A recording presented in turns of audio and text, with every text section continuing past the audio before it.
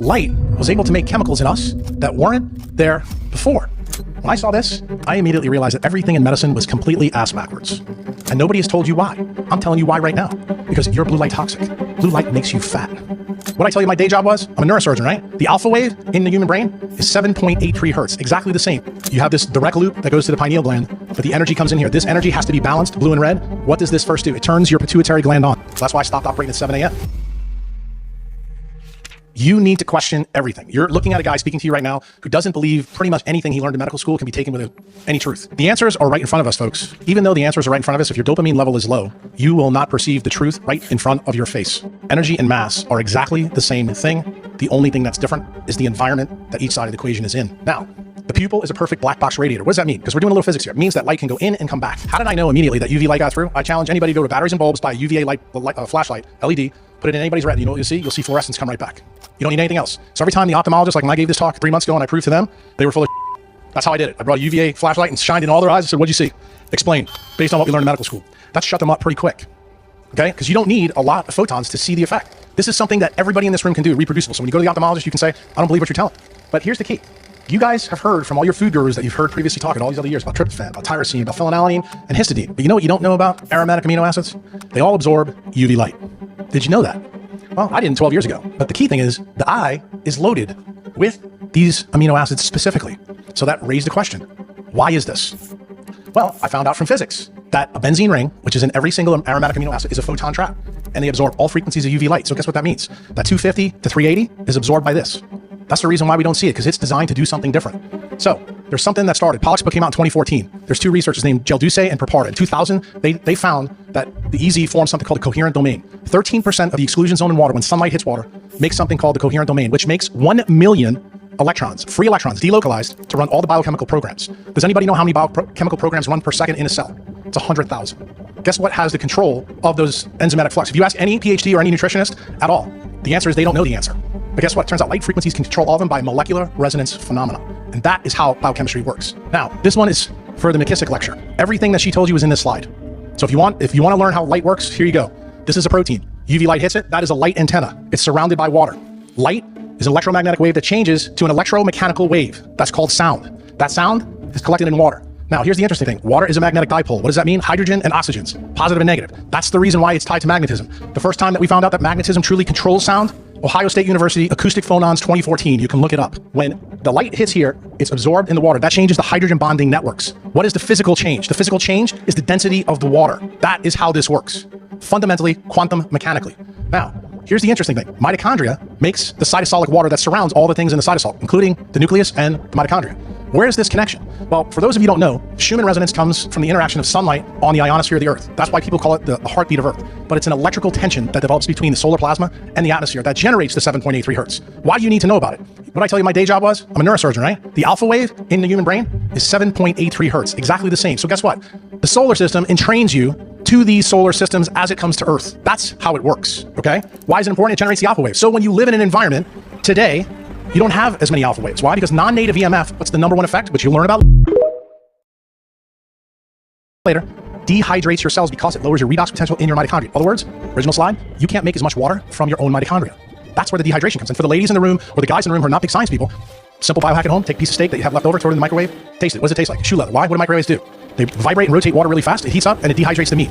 It's happening to you right now here in Vermont. It's happening to all of us because of these shitty lights that we have. Getting back to the topic, the eye, the SCN is the big focus. In medicine, the big focus is on the camera. That's why all these old people go see the ophthalmologist when they get cataract surgery, right? Anybody know what they put in for cataract surgery after it's done? An implantable lens. And guess what that lens blocks? UVA, UVB, 100%, and also these days, 50% of blue light, in case you didn't know that. That's been a change since 2009. What people don't realize, 42% of sunlight that falls to Earth is infrared A light. It's balanced all the time by blue, okay? Especially when the sun rises. Now, this is a side picture of an eyeball. What you need to know, and this goes back to physics, in case you don't, blue light bends the most by gravitational lensing. It turns out this is important in the eye, because when blue light comes through, it falls in front of the retina. That's the reason why when you use a computer screen, or you use these horrible lights up here, you get visual obscuration. In other words, your vision gets worse. What does that cause? It causes elongation of your eyeball. When your eyeball gets longer, you get myopia. What happens when you get myopia? The next step is you get retinal detachments. What's the end result? Acute macular degeneration. Anybody know anybody's got that? Yeah, lots of people. And guess what else? Guess what causes cataracts? Blue light toxicity. Why? The brain is trying to protect itself from this light that's coming in, so it makes the lens hazy. So this doesn't happen. But why is it important to a mitochondriac? Well, it turns out in 2000, About 2003, 2004, through 2009, we had some really cool researchers that found out there's another opsin in the eye. That opsin works with the retinal ganglion cells, and that's called melanopsin. Melanopsin is the hormone that runs the central retinal pathways in the eye. And it turns out they're really important at nighttime, and they link to melatonin, but not in the way most people think. The fovea is where the rest of the visual light spectrum fall, and it falls right here. Why? That's acute vision. That's your camera focus. That's what the ophthalmologists all pay attention to. They don't pay attention to this. The only ophthalmologists that do, you're going to hear about later, are the Japanese guys, who are the guys that I talked to 3 months ago. They've been on this way quicker than our American counterparts. But here's the key. I'm going to make a very controversial statement now for many people in this room. Central retinal pathway energizes everything distal to it. So let me explain that to you. It basically turns on your pituitary gland, and it turns on everything distal in the human brain. And I'm going to show you how. This paper, I should say this gentleman, his name is Fritz Hollwich. He was an amazing cat. He was an ophthalmologist in Germany. He was born in the 1920s. He happened to live in a time where we didn't have intraocular lenses. One of the things that he noticed is that when he saw people with cataracts, he would cut the cataract out so they could see. And for those of you who don't know, this is what happened to Vincent van Gogh. You know, when he painted haystacks, the reason why he painted them in all different colors is because when you take a cataract out and you don't put a lens in, you can see UV. In case you didn't know that. So that's the reason why haystacks has all the different shades, because he was able to see it in so many different colors as the light changed. Well, it turns out this doctor actually practiced medicine in a time that we could never recapitulate now. That's why sometimes looking back is a good thing. And I started to look really far back. In fact, as a neurosurgeon, these guys, especially Cajal, in 1891, he's the father of modern neuroanatomy. I started to find papers about this energetic pathway that has huge effects on growth and metabolism through the eye. You didn't hear me say gut. You didn't hear me say food, did you? Turns out that Hollwich did something rather remarkable. And he wrote about it in this book here from 1979. And I guarantee nobody in this room's ever read it. If you think Weston A. Price's book is huge, you should read this sucker, because it's unbelievable what he did. He basically took cataracts out of people and then noticed and watched them and saw that their growth and metabolism improved tremendously. They started to lose weight, they started to feel better, they started to sleep better. And he documented it all. And guess what? He didn't just do it in humans, he did it in all kinds of animals. And he documented the color changes that occurred on animals after he took the cataracts out. How their coats changed, their surfaces, how they started to act on the farm. Okay? That's how important this was. And he went even further. He checked their urine. And you know what he found? He found there was metabolites of hormones that occurred after he took the cataract out that weren't there before. So in other words, light was able to make chemicals in us that weren't there before. Doesn't that sound a lot like E equals MC squared? Like, how did light get turned into things with structure? How does this really happen? Do you really think that you need it all from diet and exercise? There's another way. Most of the ophthalmologists I talked to 3 months ago didn't know a damn thing about Fritz Hollwich. And he was an ophthalmologist and well published. And the crazy thing is there was another guy that you're going to learn about a little bit later named John Ott. And you know what he was famous for?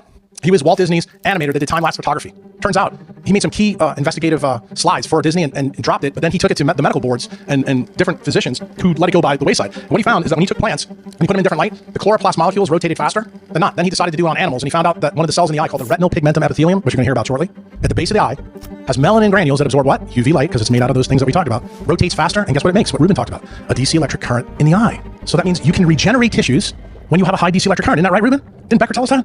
Isn't that interesting? He went even further. And this is probably one of the most counterintuitive things I'm going to tell you. This is a picture of people's pituitary glands who were blind and who could see. What did he do? He went the extra distance. This is what I want you to focus in on. Light slows, energy is lost, the pituitary gets bigger. When I saw this, I immediately realized that everything in medicine was completely ass backwards. Why? Why did I say that to you? Everybody in this room, except the people that heard me talk last year, believe that people get fatter because they eat too much. Turns out it's exactly the opposite. So when you sprain your ankle, does your ankle get bigger or smaller? Okay. When you have heart failure, does your heart get bigger or smaller? Okay. Just so you know, he said it gets bigger. Here's the third one. When the star in the sky dies, does it get bigger or smaller? It gets a red giant. So everything that loses energy in the universe gets bigger. What did Hollwich tell us? Hollwich showed that when light slows, the pituitary gets bigger. You know why it's getting bigger? Because light is getting turned into chemicals that you call hormones that go into the nuclear DNA to change it. Guess what that means? That means light is capable of altering DNA. It also means that light is capable of potentially reversing my previous problem. Meaning that when you're obese, maybe your main problem is you're not getting enough sunlight, and it has nothing to do with food. How's that for a shocker? That's what Fritz Hollwich taught me. So I didn't believe any of this. And most of you may not know this, but I went to medical school at LSU. And there's a very, very famous ophthalmologic researcher named Nicholas Bazan who's done incredible work. And you know what he's cut his teeth on? DHA. He's like the DHA guy in the world. And I learned this back in 95 through 99 when I was there. He taught me a lot of crap. And crap that I thought was crap because it wasn't important to neurosurgery, but 12 years ago became extremely important. To me right now, it's huge. And the number one effect right here in this central retinal pathway between the clock and your hypothalamus, you have two loops in the eye. One loop's called the short loop, the other one's called the long loop. And what it does, it recycles DHA constantly as light comes through. But the key thing that I realized, Bazan taught me that this central retinal pathway and the retina had more DHA in it than any other part of the brain. And I thought that was bizarre. Then I realized why. When I started to learn about physics, remember the guys who came out with GPS devices, Garmin devices? Well, it turns out that the clock here has to run faster than all the other clocks in the rest of your body. If it doesn't work. So if you have an iPhone and you use it to go to a restaurant here in Vermont, the clock that's up in the sky, up there has to run 38 microseconds faster than the one in your iPhone. Otherwise, you're going to be 100 kilometers off. That would not work. You'd wind up in New Hampshire. It wouldn't be good. It turns out in your eye, the exact same thing happens. And the reason why DHA in the eye is important is this DC electric current runs faster than every other part of your body. That's the reason why DHA is important. And it turns out when you have too much blue light, because blue light is the antidote for vitamin A and for DHA. Do you know why? What kind of light makes vitamin A? Anybody want to guess? You heard somebody talk about it earlier. Blue light makes vitamin A. How do you know? What's the complementary color to blue? Yellow. And guess what? Vitamin A is yellow. Isn't that shocker? That's the link between this. Light frequencies control the level of vitamin A in the eye. And also, every opsin in the body is tied to retinol, to vitamin A. There's not an opsin in the human body that's not tied to it. That's the reason why, and Chris is here so he can verify this. He wrote a very nice blog post, I don't know how long ago it was, that there's data from N. Haynes that when you have deficiencies of vitamin A, it's tied to obesity. And nobody has told you why. I'm telling you why right now. Because you're blue light toxic. Blue light makes you fat, okay? Really fat, and it starts right here. The reason why this is not equal is because light, the evolution of light, does not equal the evolution of our retinal anatomy. I started to put this together pretty quick. Then I started to look at sunrise and sunset. When the sun rises, you have visible and infrared light. You don't have any UV initially. But guess what else happens at this time? You don't need your rods and you don't need melanopsin in the morning. So guess when they regenerate? They regenerate in the AM. Guess what else happens? You actually make melatonin in your eye in the morning. The hormone of darkness is first made in the human body in the eye. In the morning, when you have a combination of UVA and infrared A light. And the reason for you is what I told you before about the aromatic amino acid that absorbs that. And you see that UVA light doesn't show up here. So for the guy last night, who I don't know who you are, but asked the question, how am I going to do this as an executive and fix my life? This is the key. You need to reconstruct your AM to fix your real problem. And that was what I had to do to my surgery schedule. That's why I stopped operating at 7 a.m. Started all my cases at 8:30. It's also the reason why I moved to the 28th latitude from where I lived. Why? Because UVA light shows up. Now, you guys here that live in Vermont, got some bad news for you. If you've got a mitochondrial disease, which most diseases are, you need that UVA light, and it shows up later here than it does in New Orleans. So guess what that means? You need more control of your life in the morning than any other time. That's the practical advice, okay? These are not Jack Cruise's rules. These are the sun's rules, okay? Sunset, this is when you don't need color vision. This is the camera. They regenerate at nighttime. There's another opsin that you may not know about. It's called neuropsin. It's on the cornea of the eye, and it's on your skin. It's a UVA light detector. Melatonin is considered the hormone of darkness. Remember those photon traps I told you about? Well, guess what? That neuropsin tells the brain that UVA light is present, and it can begin to make melatonin from sunlight.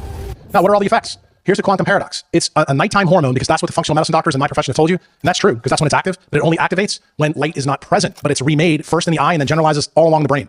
The other key thing, and I'll just point this out to you right here. This one should open everybody's eyes. It reduces energy production in mitochondria. UVA light turns down energy production. And why is that important? There's the fourth cytochrome is cytochrome C oxidase in everybody's mitochondria in here. Anybody want to guess what kind of light turns it on? Red light.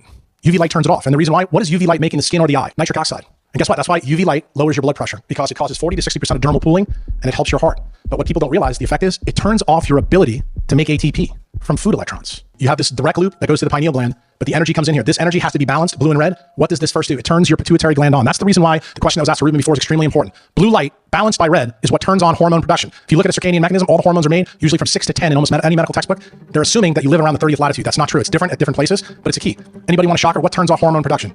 UVA light on the skin. First time it shows up. UV light is what turns off in your blood plasma. This is the key, folks. Blue light that's man-made is absolutely destroying us, and it affects the way your mitochondria can handle electrons from food. That's where the food story comes in, because the more those respiratory proteins get stretched out, it doesn't matter what you eat. You're gonna have a problem. You have to shrink those respiratory proteins closer together so they can do what they do. The laws of nature are not subject to man's beliefs. They're not subject to man's experiments. It's a pretty powerful statement. And you may think it's, I should say, obnoxious. I don't think it is, based on what I showed you.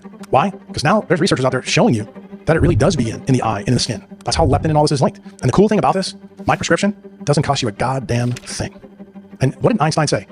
In the end, the answer will always be pretty simple. So what's my takeaway? Make like the Sphinx. Ground to the ground, take as much clothes off you can. For the ladies in the audience, there's a company in the UK, I'm putting this on Sarah. They're called Kinnicky. They make bathing suits that allow UV penetration so you can be naked without naked. Okay? And I can tell you, coming from the South, it's my biggest problem. I think up here in Vermont, you guys are a little bit more hippie-ish and weird, so it probably would work, but you guys don't have great quantum yield here. So the reason I mention it to you is whatever you can do to help yourself. And infrared A light can work many different ways. We came up with a quantum light, but you can use sauna. You can use the geothermal units like that you see in Iceland. That's the reason why the Finnish and the Scandinavians always use heated pools. Why? Because they're getting part of the sunlight they don't get through heating. Remember, heat is infrared light, and we don't realize it.